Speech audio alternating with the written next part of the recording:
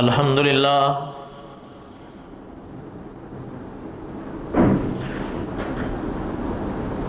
الحمدللہ حمدا کثیرا طیبا کما امر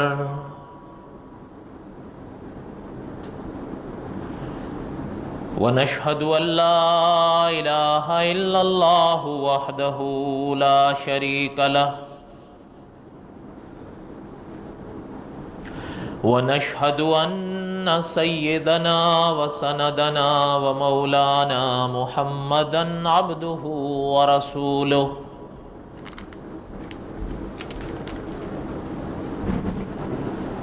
اما بعد اعوذ باللہ من الشیطان الرجیم بسم اللہ الرحمن الرحیم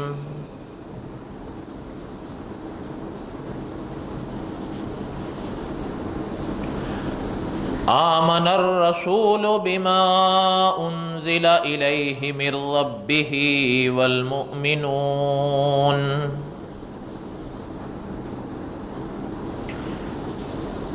کل آمن باللہ وملائکتہ وکتبہ ورسلہ لا نفرق بین احد من رسلہ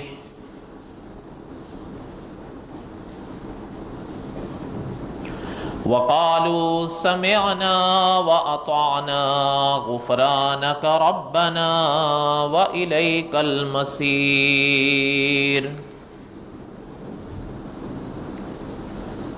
وقال الله تعالى في مقام آخر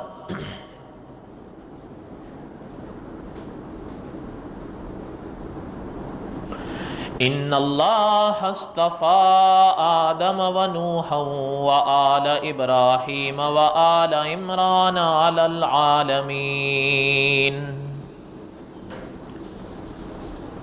ذریۃ بعضها من بعض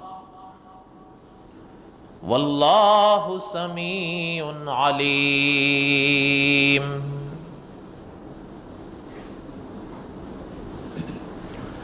وقال النبی صلی اللہ علیہ وسلم انا آخر الانبیاء وانتم آخر الامم صدق اللہ العظیم وصدق رسولہ النبی الکریم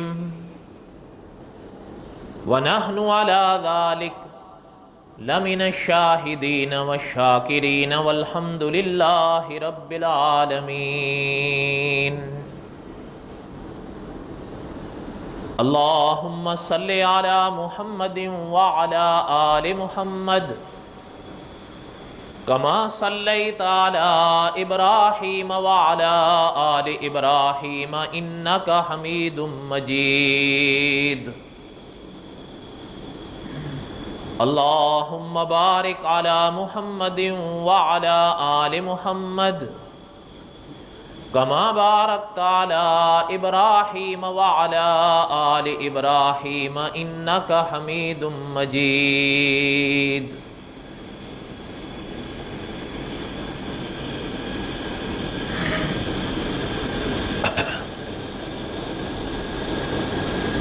شعبان کا مہینہ شروع ہو گیا ہے۔ اللہ تعالیٰ نے خیر و عافیت سے گزار دیا تو آنے والا مہینہ ماہ رمضان ہے انشاءاللہ۔ صدق دل سے دعا ہے کہ اللہ تعالیٰ آپ صلی اللہ علیہ وسلم کی امت کو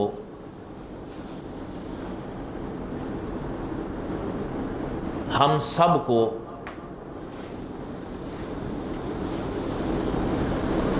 ماہ رمضان کا احترام نصیب فرمائے۔ ماہ رمضان پر تو انشاءاللہ اپنے موقع پر باتیں آئیں گی۔ ہم سبق پڑھ رہے تھے قصص الانبیاء علیہم السلام۔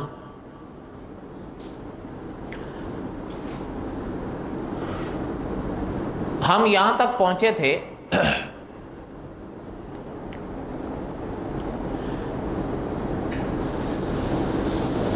کہ اللہ تعالی نے فرشتوں کو حکم فرمایا تھا حضرت آدم کو سجدہ کرنے کے لیے. وَإِذْ قُلْنَا لِلْمَلَائِكَةِ اسْجُدُوا لِآدَمَ، فرشتوں نے سجدہ کیا، لیکن ابلیس انکاری ہو گیا. ابا واستکبر وکان من الکافرین، قرآن میں ہے. وہ سب آپ نے سن لیا. اس نے سجدہ نہ کرنے کی جو وجہ بیان کی تھی وہ بھی آپ نے سن لی.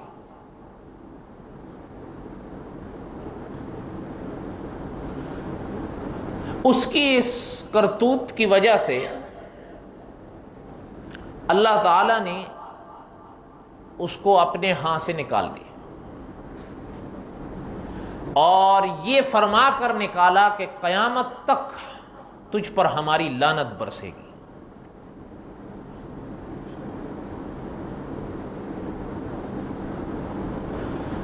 حکیم الامت مولانا اشرف علی تھانوی رحمۃ اللہ علیہ فرماتے ہیں، چونکہ علم تو رکھتا تھا اس لیے معرفت بھی تھی اس کو، اس لیے وہ یہ بات خوب سمجھتا تھا کہ اللہ تعالی جلال میں بھی ہوں تو کبھی غضب سے مغلوب نہیں ہوتے. اس نے چلتے چلتے اللہ تعالی سے دعا مانگی.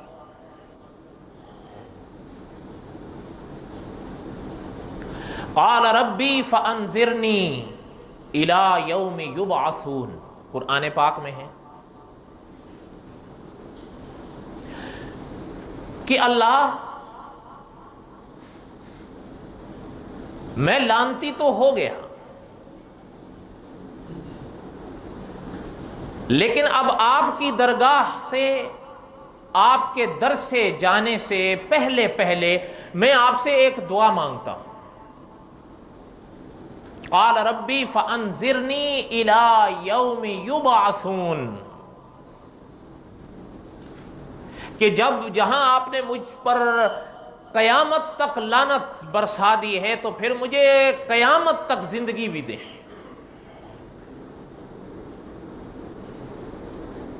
اللہ تعالیٰ کی مرضی، اللہ تعالیٰ جس کو جتنی زندگی دیں. کوئی ہوتے ہیں چند گھڑیوں کی زندگی لے کر آتے ہیں چلے جاتے ہیں، اللہ کی حکمتیں ہیں. کچھ ہوتے ہیں وہ لڑکپن میں چلے جاتے ہیں، کچھ ہوتے ہیں نوجوانی کی عمر میں چلے جاتے ہیں، کچھ جوانی میں، کچھ بڑھاپے میں، اور کم ہوتے ہیں جو اب صدی تک پہنچتے ہیں.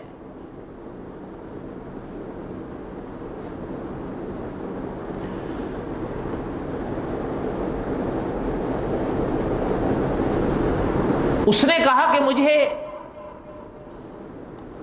قیامت تک آپ زندگی دیں، الی یوم یبعثون تک زندگی مانگی اس نے.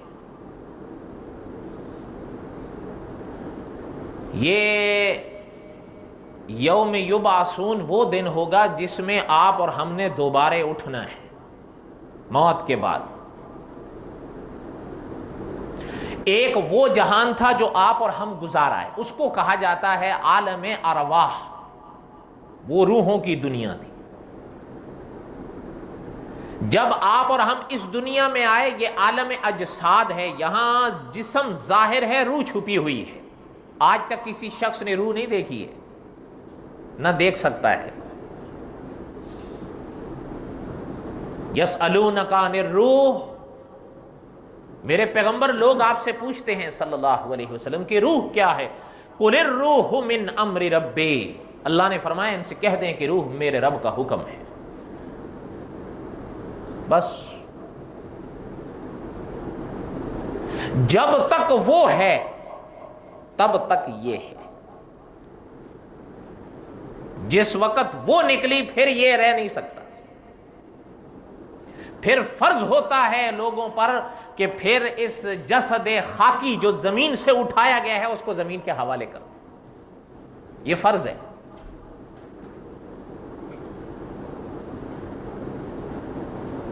انشاءاللہ یہ تو خیر جب حابیل کا واقعہ ہم پڑھیں گے تو کچھ باتیں میں عرض کروں گا اس بارے میں انشاءاللہ۔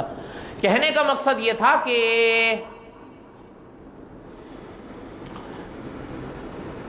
یہ جس میں آپ اور ہم ہیں یہ عالم اجساد کہلاتا ہے علماء کی زبان میں، یہ جسم اور روح کا سنگم ہے۔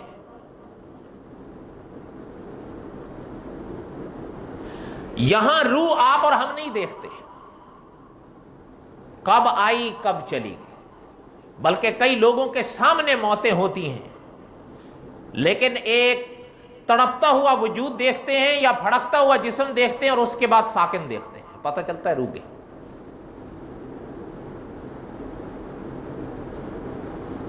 ہاں یہ ضرور علماء نے لکھا ہے حدیث شریف کی روشنی میں کہ جس جسم سے روح نکلتی ہے وہ اپنی روح دیکھتا ہے، پھر جاتے وقت اس کو نظر آتی ہے۔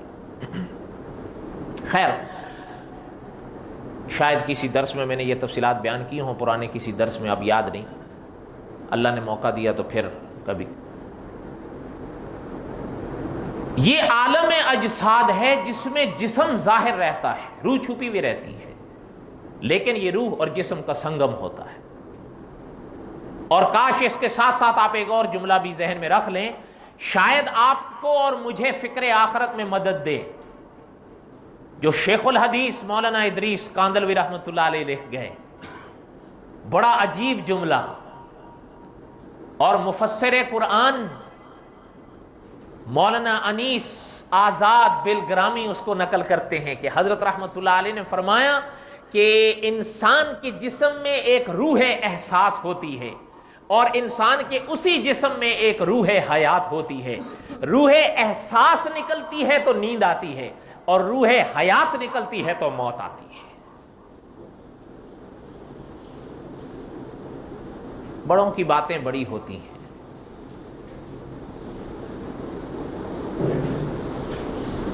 اس جہان کے بعد ایک تیسرا جہان شروع ہوتا ہے، اس کو کہا جاتا ہے عالم برزخ، برزخ الی یوم یبعثون، قرآن پاک میں سورۃ مؤمنون۔ وہ پردے کا جہان ہے۔ اگر کبھی ایسا موقع بھی آتا ہے، کبھی جلد کبھی بدیر، کہ قبر شک ہو گئی تو دوسرا وجود پڑا ہوا نظر آ گیا، کبھی ایسا ہوتا ہے۔ اللہ کی مرضیاں، کس کے جسم کو اللہ محفوظ کر دے۔ کچھ خوش نصیب ایسے حدیث شریف میں بتائے گئے ہیں کہ اگر وہ اپنے عمل اس جہان میں قرآن پاک اور احادیث طیبہ کے مطابق سنواریں تو کچھ ایسے خوش نصیب ہیں کہ علامہ جلال الدین سیوطی رحمۃ اللہ علیہ لکھ گئے کہ جب وہ وجود قبر میں دفنائے جاتے ہیں قیامت تک اللہ تعالیٰ ان کے جسموں کو مٹی کو کھانے نہیں دیتے۔ انبیاء کی شان تو الگ ہے، وہ تو بہت بڑی شان والی شخصیات ہیں علیہ السلام، یہ امتیوں کی بات کر رہا ہوں میں۔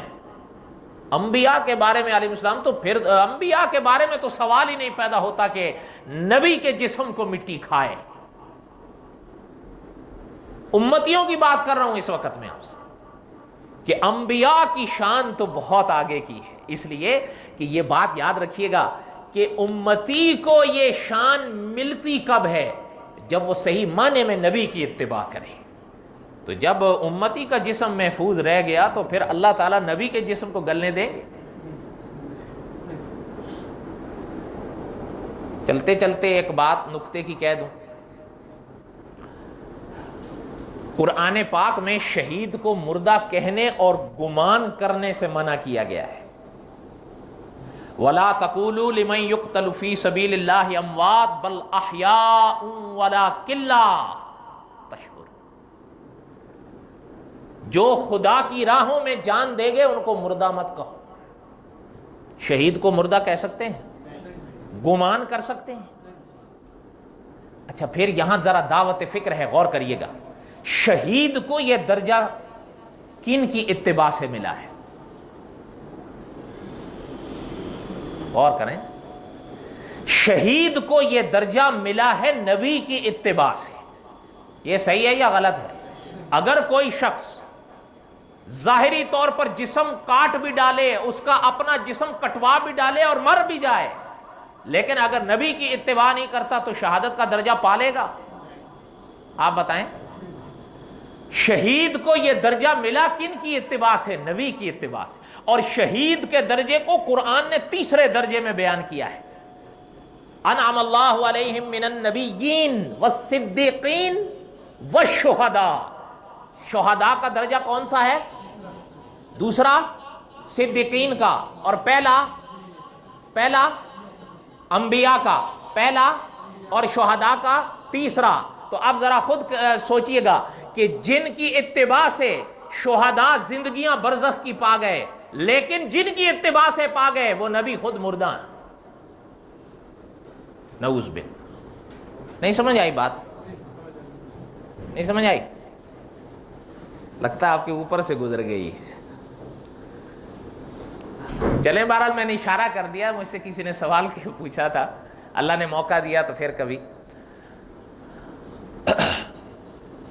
تھوڑا سا آپ بھی ذہن کو دوڑایا کریں تو بات واضح سمجھ میں آئے گی. جن کی اتباع سے شہداء زندہ ہیں برزخ کے عالم میں، وہ انبیاء مردہ ہیں. نعوذ باللہ. خرد کا نام جنوں رکھ دیں، جنوں کا نام خرد، جو چاہیں آپ کے حسن کرشمہ ساز کریں. ہم کیا کہہ سکتے ہیں اس کے سوا، اور ہمارے بس میں کیا ہے؟ بہرحال یہ اپنے موقع کی چیزیں ہیں. وہ عالم برزخ ہے، پردے کا جہان ہے. اگر کبھی قبر شک ہو جائے اور کسی وجود پر نظر پڑ جائے، آپ کو اور ہمیں ایسا لگے گا کہ یہ تو بس بے حس جان سو رہا ہے. اس کو آپ اور ہم حرکت بھی دیں گے تو ہمیں تو نہ کچھ محسوس ہوگا نہ کچھ نظر آئے گا. ایسا ہی ہے یا نہیں؟ لیکن اس پر وہاں کیا گزر رہی ہے، یا اس کو وہاں کیا مناظر پیش آ رہے ہیں؟ برزخ الی یوم یبعثون. اللہ تعالیٰ نے آپ کی آنکھوں میں اور اس کے حالات میں پردہ ڈال دیا ہے. کیوں؟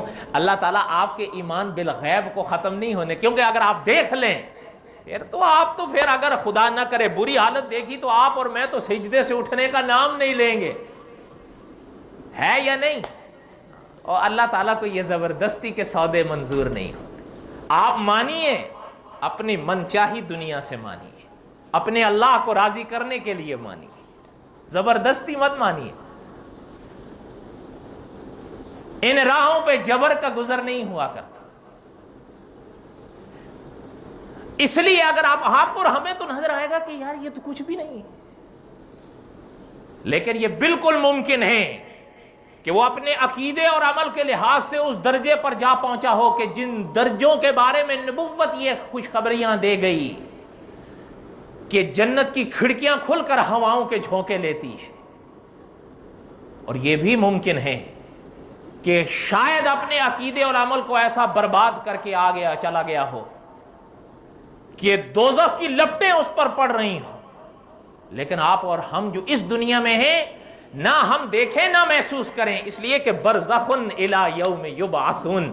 اللہ نے ہماری اور اس کی حالت کے درمیان میں پردہ ڈال دیا. اور استاذ العلماء علامہ خالد محمود صاحب اپنی کتاب مقام حیات میں لکھتے ہیں کہ یہ جو پردہ اللہ تعالیٰ نے ڈال دیا ہے نا آپ کے اور ہمارے اور ان کے درمیان میں، یہ پردہ نہ ہٹتا ہے نہ پھٹتا ہے. ہاں کبھی کبھی جن کے لیے اللہ کو منظور ہو تو ذرا سا اٹھتا ہے کہ وہ اس دنیا میں کھڑے کھڑے اس دنیا کا نظارہ دیکھ لے. اللہ کی مرضی، اس کے منکر نہیں ہیں ہم. ہاں یاد رکھیے کہ جن اشیاء کے اگر ثبوت موجود ہوں، علماء دیوبند کبھی ان کا انکار نہیں کرتے، لیکن جن چیزوں کے ثبوت نہیں محض دعوے ہیں، تو مفتی مجد القدوس خبیب رومی فرما گئے کہ دعویٰ بلا دلیل وہ مانا نہ جائے گا. وہ برزخ کی دنیا ہے، اور ایک آخری اگلا جہان آئے گا، وہ عالم میں حشر ہوگا، وہ عالم معاد ہوگا. یہ یاد رکھیے گا. بس پھر اس کے بعد جو کامیاب ہیں تو پھر جنت ہے، ناکام ہیں تو دوزخ۔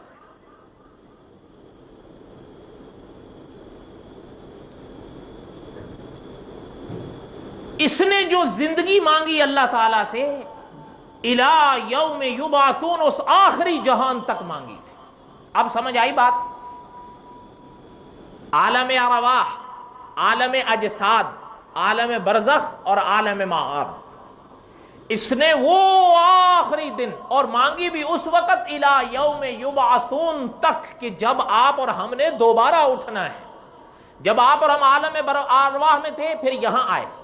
اب جتنی زندگی اللہ تعالیٰ نے لکھی ہے وہ سانسیں پوری کرنے کے بعد آپ نے اور ہم نے برزخ کے جہان میں جانا ہے، اور پھر جو ہم سے پہلے چلے گئے برزخ کے جہان میں، یا ہمارے بعد جائیں گے، یا آپ نے اور ہم نے جو جانا ہے، قیامت کی گھڑی شروع ہونے تک آپ نے اور ہم نے اور ان تمام نے برزخ کے جہان میں رہنا ہے۔ اس کے بعد اٹھنا ہے۔ تو اس نے جو کہا نا کہ الی یوم یبعثون تک مجھے زندگی دی جائے، وہ جس میں آپ نے اور ہم سب نے دوبارہ اٹھنا ہے، مانا یہ کہ چاہتا یہ تھا کہ مجھے موت آئے ہی نہیں۔ اب سمجھے بات؟ کیوں؟ اس جہان میں جب اٹھ گئے تو یاد رکھیے گا پھر موت نہیں ہے۔ کوئی کامیاب ہے وہ جنت چلا گیا، کوئی ناکام ہے دوزخ چلا گیا، پھر ان دونوں طبقوں کے لیے موت نہیں ہے۔ یہ دنیا ہے کہ جہاں اللہ تعالیٰ نے غمی اور خوشیوں کے سنگم رکھے ہیں، لیکن اس جہان میں اللہ تعالیٰ نے جو جنت بنائی ہے وہاں دکھ نام کی گزر نہیں، لیکن جو دوزخ ہے وہاں سکھ نام کا گزر نہیں ہے۔ سوال ہی نہیں پیدا ہوتا۔ یہ کبھی آپ نے سنا ہوگا نا کہ اہل جنت کی زبان عربی ہوگی، اہل جنت کی زبان۔ کہیں طلبہ میں یہ سوال اٹھایا گیا کہ اہل دوزخ کی کون سی زبان ہوگی؟ ان کی تو جو عربی ہوگی سمجھ میں آ گیا، ان کی کون سی ہوگی؟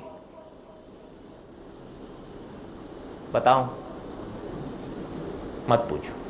ہمارے اساتذہ فرماتے تھے دعا کرا کرو اللہ تعالیٰ وہ وادی دکھائے ہی نہیں۔ کیوں پوچھنا چاہتے ہو؟ دعا کرو اللہ تعالیٰ وہ دکھائے ہی نہیں۔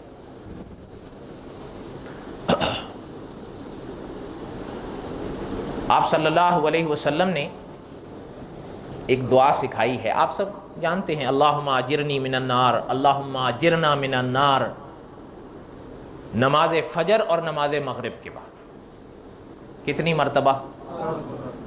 اور فرضوں کے بعد کب؟ فرضوں کے بعد کسی سے بات کرنے سے پہلے۔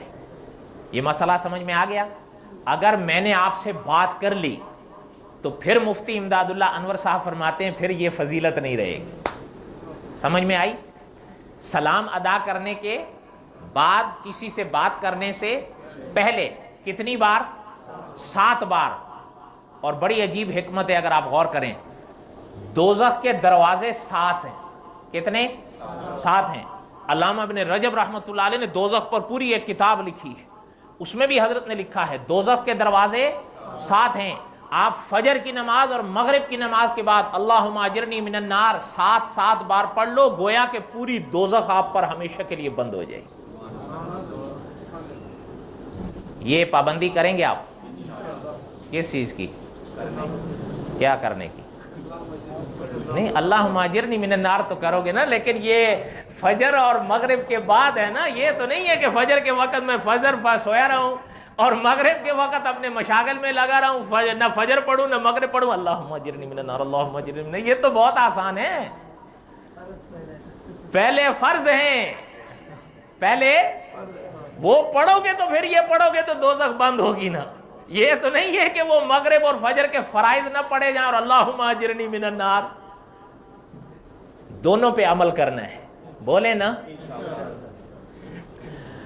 اچھا خیر، یہ تو ضمناً بات آئی۔ اس نے اس لمحے تک زندگی مانگی اللہ سے،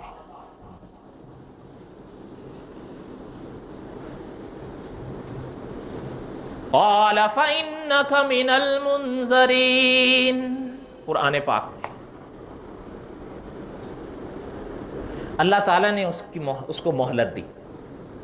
اللہ تعالیٰ نے اس کو مہلت، یہ آیت بتاتی ہے کہ اللہ تعالیٰ نے اس کو مہلت دی، اور اس کا معنی یہ ہے کہ اللہ تعالیٰ نے اس کی دعا کو قبول فرمایا. بات سمجھ میں آئی کہ نہیں آئی؟ اب اگلی بات سنیں. علماء مفسرین فرماتے ہیں کہ شیطان نے دعا مانگی اور اللہ تعالیٰ نے اس کی دعا قبول فرمائی. اس سے ہمیشہ سمجھ لینا کہ چاہے میں ہیں یا آپ ہیں یا کوئی اور ہے، اگر کسی کی دعائیں قبول ہوتی ہیں تو یہ مت سمجھ جانا کہ وہ اللہ والا ہے. یہ معیار نہیں ہے. نہیں سمجھے بات آپ؟ ہاں یہ یاد رکھنا، اگر کسی نے دعا مانگی اور وہ قبول ہو گئی تو کہیں ذہن میں یہ نہ لے او یار یہ تو قبول ہو گئی، میں تو جنید بغدادی بن گیا رحمت اللہ. نہیں، دعا تو اس نے بھی مانگی تھی، قبول ہو گئی. پتہ چلتا ہے کہ دعا کی قبولیت معیار نہیں ہے اس مرحلے پر. یہ نقطہ سمجھ میں آیا یا نہیں سمجھ میں آیا؟ اس نے بھی مانگا، اللہ نے دیا. اچھا پتہ ہے آپ تو حیران ہوں گے، شہید ختم نبوت مولانا یوسف لدھیانوی رحمت اللہ علیہ نے بڑی عجیب بات لکھی ہے. کبھی کبھی ایسا ہوتا ہے کہ ایک انسان ایسا کردار اور پاپی ہوتا ہے کہ وہ ہاتھ کے لیے دعا کے لیے ہاتھ اٹھاتا ہے، اللہ تعالیٰ کو اس کا مانگنا اچھا ہی نہیں لگتا، اللہ تعالیٰ اسی وقت دے دیتے ہیں. لیکن کوئی ایسا ہوتا ہے اس کے اندر نیکیاں بھی پائی جاتی ہیں، وفائیں بھی پائی جاتی ہیں، دعائیں مانگتے مانگتے مانگتے تھک جاتا ہے لیکن اس کی دعائیں قبول نہیں ہوتی. بسا اوقات حضرت نے لکھا ہے کہ اس کا مانگنا اللہ تعالیٰ کو اتنا اچھا لگ رہا ہوتا ہے کہ اللہ فرماتے ہیں ذرا رک جاؤ، ذرا مانگنے دو، اس کو مانگنے دو، اس کو مانگنے دو. اس لیے اگر کبھی دعا قبول ہونے میں دیر ہو جائے تو بد دل مت ہو جایا کرو. یہ سبق ہمیشہ یاد رکھا کریں. ممکن ہے اللہ کرے ہم بھی انہی میں ہو جائیں کہ ہمارا مانگنا اللہ کو اچھا لگے. پتہ ہے عجیب بات مفتی امداد اللہ انور صاحب نے اپنی کتاب جنت کے حسین مناظر میں سرخی کے طور پر لکھی ہے کہ قیامت کے دن جس چہرے کو دیکھ کر اللہ نے مسکرا دیا تو سمجھ جاؤ اس کا بیڑا پار ہو گیا. یہ تو مسئلہ ہی ختم ہو جائے گا. اس لیے دعا کریں کہ ہمارا مانگنا اللہ کو اچھا لگ جائے تو اور کیا چاہیے. اس لیے کبھی دعاؤں میں دیر لگے تو بد دل مت ہو جایا کرو. ایک بات. دوسری بات، حدیث میں یہ بھی بات سمجھائی گئی، کبھی ایسا ہوتا ہے کہ آپ اور ہم ایک شے مانگ رہے ہوتے ہیں، ہمارے لیے نقصان دہ ہوتی ہے، ہمیں پتہ نہیں ہوتا، لیکن وہ ذات علام الغیوب ہے، وہ جانتی ہے وہ چیز آپ کے لیے مفید ہے یا مضر ہے. وہ اللہ تعالیٰ اپنے علم کی بنا پر روک دیتے ہیں کہ یہ چیز یہ میرا بندہ مانگ رہا ہے لیکن جانتا نہیں ہے اس کے لیے نقصان دہ ہے، اس کو مت دو. اب اللہ تعالیٰ روک دیتے ہیں، لیکن حدیث میں فرمایا گیا اللہ تعالیٰ اس کی ان فریادوں کو ضائع نہیں ہونے دیتے. قیامت کے دن وہی فریادیں نیکیوں کی صورت میں اللہ لوٹا دیتے ہیں. اس لیے کسی صورت میں اللہ تعالیٰ سے مایوس مت ہوا کرو، یاد رکھیے. تو خیر اللہ تعالیٰ نے اس کو مہلت دی،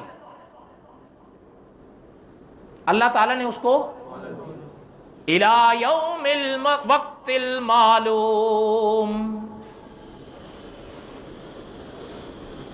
وقت المعلوم تک اللہ نے مہلت دی. اب یہ وقت المعلوم کیا ہے؟ اس نے مانگی اس وقت تک جب آپ نے اور ہم نے دوبارے اٹھنا ہے. اللہ تعالیٰ نے کب تک دی؟ الی یوم الوقت المعلوم. شیخ الاسلام مفتی محمد تقی عثمانی صاحب نے بڑا عجیب ترجمہ لکھا ہے اس کا کہ وہ وقت المعلوم اللہ ہی جانتا ہے. لیکن ایک بات سنیے گا، علماء مفسرین نے لکھا ہے کہ اللہ تعالیٰ نے اس کو مہلت دی ہے، لیکن جب تلک اس نے مانگی تھی اس وقت تک نہیں دی ہے، وقت معلوم تک دی ہے. وہ وقت المعلوم کون سا ہے؟ اس نے مانگا تھا الی یوم یبعثون، لیکن اللہ نے جواب میں ارشاد فرمایا تھا الی یوم الوقت المعلوم.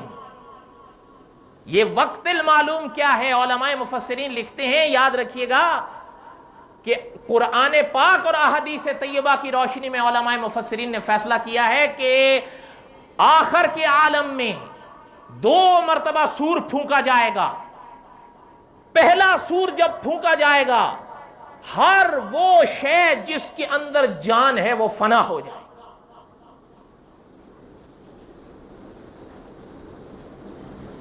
کل من علیہا فان، ہر شے فانی ہے، اس موقع پر ہر شے فنا ہو جائے گی۔ اللہ جی کچھ باقی بچے گا؟ وَيَبْقَى وَجْهُ رَبِّكَ ذُو الْجَلَالِ وَالْإِكْرَامِ، صرف اللہ کا چہرہ باقی بچے گا۔ ہاں یاد رکھیے گا، یہ چہرے سے کہیں مغالطے میں مت پڑیے گا، علماء مفسرین نے لکھا ہے کہ یہاں چہرے سے مراد اللہ کی ذات ہے۔ کیا ہے؟ باقی نقطے علماء یا طلبہ کے لیے ہیں، آپ اس میں مت پڑھیں، بس یہ ذہن میں رکھ لیں، وَيَبْقَى وَجْهُ رَبِّكَ ذُو الْجَلَالِ وَالْإِكْرَامِ، باقی اس لمحے صرف اللہ کی ذات باقی بچے گی۔ تو یہ جو سور پھونکا جائے گا جس میں ہر شے فنا ہوگی ماں سوائے اللہ کے، اس موقع پر یہ بھی مرے گا۔ اب سمجھ میں آئی بات؟ اس موقع پر یہ بھی مرے گا۔ اور پتہ ہے روایات میں لکھا، مفسر قرآن مولانا عبدالحمید سواتی رحمۃ اللہ علیہ نے بڑی عجیب بات فرمائی کہ اس کو فرشتے گھیریں گے ہر طرف سے، یہ ایک عجیب عالم ہوگا، اس کے لیے پریشان بھی ہوگا، عجیب اس کی حالت ہوگی، فرشتے خدا کے اس کو گھیریں گے اور اس کی روح اور اس پر موت طاری ہوگی، نکلے گی نا روح تو موت اس پر طاری ہوگی، یہ مرے گا۔ اور جب مرے گا تو یہ پہلے سور کے بعد کا واقعہ ہے، لیکن کتنے سوروں کا ذکر کیا گیا؟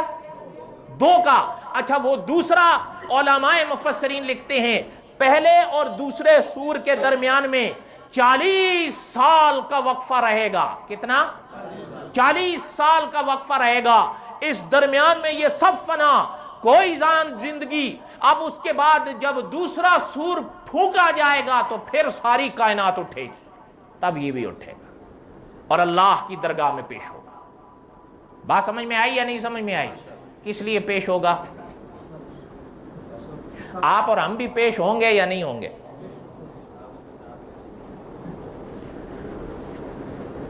پتہ ہے اسی صورت میں، صورت ہجر میں آگے ان آیتوں کے بعد اگلی آیت کے آخر میں پتہ ہے اس نے کیا کہا تھا؟ جب اللہ نے مہلت تو دے دی نا الی یوم الوقت المعلوم تک، اب پتہ ہے کیا کہنے لگا؟ کہتا ہے بس پھر آپ دیکھیں۔ اور حضرت ابو قلابہ رحمۃ اللہ علیہ فرماتے ہیں، کہنے لگا اللہ آپ کی عزت کی قسم ہے، یہ جن کی وجہ سے میرے پر یہ حالات گزرے ہیں، میں ان کے بیٹوں کے دل کے اندر گھس کے رہوں گا جب تلک ان کی روح ان کے جسم سے نہیں نکلے گی، ہر حال میں تیری راہ سے ہٹاؤں گا میں۔ اللہ کی عزت کی قسم کھا کے یہ نکلا تھا وہاں سے۔ اچھا ایک بات، وہ ہماری آپ کی یا حضرت آدم کی وجہ سے اس پر یہ حالات آئے تھے یا اپنے لچھن کی وجہ سے آئے تھے؟ اس کا اپنا کرتوت تھا، اس میں آپ کا یہ بیچاروں کا کیا قصور ہے یا نہیں؟ لیکن آپ کے پیچھے بھی پڑا ہوا ہے یا نہیں پڑا ہوا؟ ہاں، اور پتہ ہے ابھی تو تفصیلات کا موقع نہیں ہے، حدیث میں فرمایا گیا جب انسان کا آخری وقت ہوتا ہے کہ جہاں فیصلے ہوتے ہیں انسان کے عقیدے کے اسی دنیا میں مرنے سے پہلے وہ پھر بھی آخری حربہ اپنا ضرور آزماتا ہے کہ کسی طریقے سے یہ ایمان سے انکار کر کے مرے۔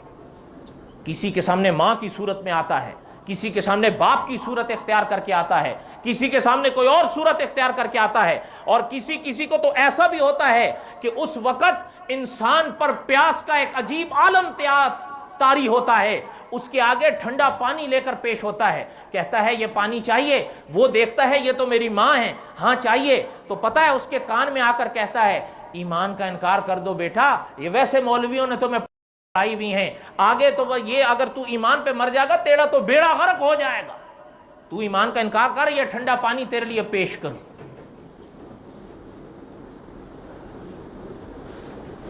مفتی تقی عثمانی صاحب کا نام سنا ہے نا؟ ان کے والد صاحب تھے مفتی محمد شفیع صاحب رحمۃ اللہ علیہ۔ انہوں نے ایک ایسے عالم کا آخری وقت دیکھا تھا کہ ان عالم نے شیطان کے ساتھ آخری وقت میں مناظرہ کیا تھا۔ وہ واقعہ مفتی شفیع صاحب رحمۃ اللہ علیہ نے اپنی آنکھوں سے دیکھا تھا۔ ان عالم پر آخری وقت تھا اور گھر والے یہ سوچ میں پڑ گئے شاید کہ آخری وقت ہے، سختی ہے، شاید یہ اپنے ہوش میں نہیں ہے، لیکن مفتی شفیع صاحب رحمۃ اللہ علیہ جب تشریف لائے بیمار پرسی اور عیادت کے لیے تو حضرت بھانپ گئے کہ جو گھر والے سمجھ رہے ہیں یہ وہ بات نہیں ہے، کیونکہ وہ ہر کام اپنے طور پر کر رہے ہیں، ہر شخص کو پہچان رہے ہیں، ہر کام ہر بات صحیح کر رہے ہیں، لیکن اس وقفے کے دوران وہ کچھ باتیں کسی اور جانب دیکھ کر کرتے ہیں۔ وہ مناظرہ میں آپ کو نہیں سناتا، وہ خود پڑھ لیجئے گا، کتابوں میں لکھا ہوا ہے۔ اللہ تعالیٰ آپ کے ہم سب کے حامی و ناصر ہوں۔ انشاءاللہ ان کے بعد جو آیات ہیں وہ اگلے جمعہ۔ وما علینا الا البلاغ المبین، سنتیں پڑھ لیں۔